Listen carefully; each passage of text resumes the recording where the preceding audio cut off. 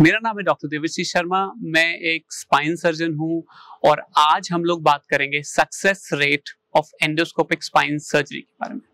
दोस्तों, endoscopic spine surgery एक तरह से सबसे लेटेस्ट इन्वेंशन है स्पाइन सर्जरीज में। ये सर्जरी सबसे ज्यादा टेक्निकल है, सबसे ज्यादा हाई एंड है और इस सर्जरी का जो प्राइमरी टेक्निक विकसित हुई वो अमेरिका और जर्मनी में हुई। मेनली जो लेटेस्ट स्पाइन सर्जरी है वो विकसित हुई जर्मनी में और जर्मनी से ही इसके सारे इंस्ट्रूमेंट्स और उसकी सारी टेक्नोलॉजी आती है।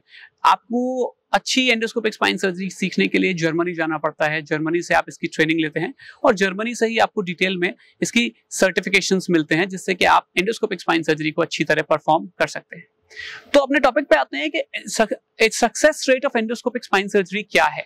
तो देखिए, एंडोस्कोपिक स्पाइन सर्जरी सबसे ज्यादा छोटे छिद्र या फिर सबसे छोटे चीरे से की जाती है। ज्यादातर इसका चीरा 1 सेंटीमीटर से कम होता है। कई केसेस में 3 मिलीमीटर, कई केसेस में 8 मिलीमीटर, कई केसेस में 7 मिलीमीटर होता है।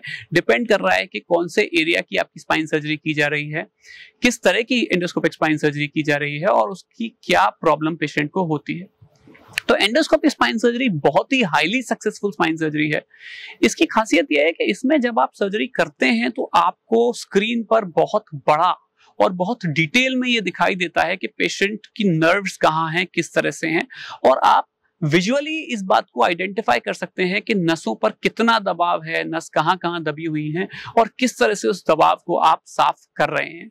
तो एंडोस्कोपिक स्पाइन सर्जरी जब भी आप करते हैं, आप जनरली डायरेक्ट विजुअलाइजेशन में करते हैं और पेशेंट आपका जगा रहता है। जगा रहने से क्या होता है, पेशेंट लाइव आपको बता सकता है कि उसका दर्द गया कि नहीं गया, उसको आराम आया कि नहीं आया, उसको रिलीफ मिला कि नहीं मिला। जगे हुए पेशेंट के होने से एक और फायदा है कि आप नर्व को किसी भी तरह डैमेज नहीं कर सकते, क्योंकि नर्व डैमेज की पॉसिबिलिटी हो ही नहीं सकती, क्योंकि पेशेंट लाइव मॉनिटर की तरह काम करता है। यदि आप नर्व के आसपास जाके कुछ काम कर रहे हैं तो पेशेंट को लेग में सिम्टम्स आते हैं और पेशेंट आपको 1 मिनट में आगाह कर देते हैं।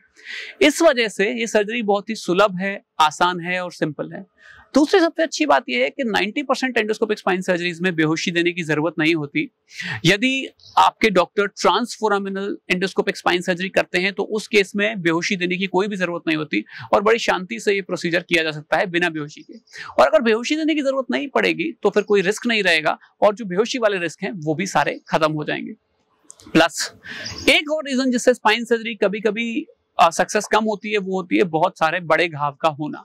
तो एंडोस्कोपिक स्पाइन सर्जरी में घाव इतना ज्यादा छोटा होता है कि उसमें टांके लगाने की जरूरत ही नहीं पड़ती अमूमन और इस वजह से एंडोस्कोपिक स्पाइन सर्जरी बहुत ही ज्यादा सक्सेसफुल स्पाइन सर्जरी की कैटेगरी में आती है। इसमें ब्लड लॉस नहीं होता तो ब्लड देने की भी जरूरत नहीं पड़ती और क्योंकि इसमें सर्जरी के बाद दर्द ना के बराबर होता है, पेशेंट सर्जरी के एकदम बाद या फिर कुछ घंटों के बाद घर जा सकता है सेफली और जब तक पेशेंट घर जाता है तब तक ही पेशेंट को 90 to 95% आराम आ चुका होता है, जिसकी वजह से पेशेंट खुद कॉन्फिडेंट हो जाता है कि वो ठीक हो गया है और ये ठीक होने की वजह से वो बहुत आराम से कंफर्टेबली अपने डिस्चार्ज ले सकते हैं। बहुत बहुत धन्यवाद।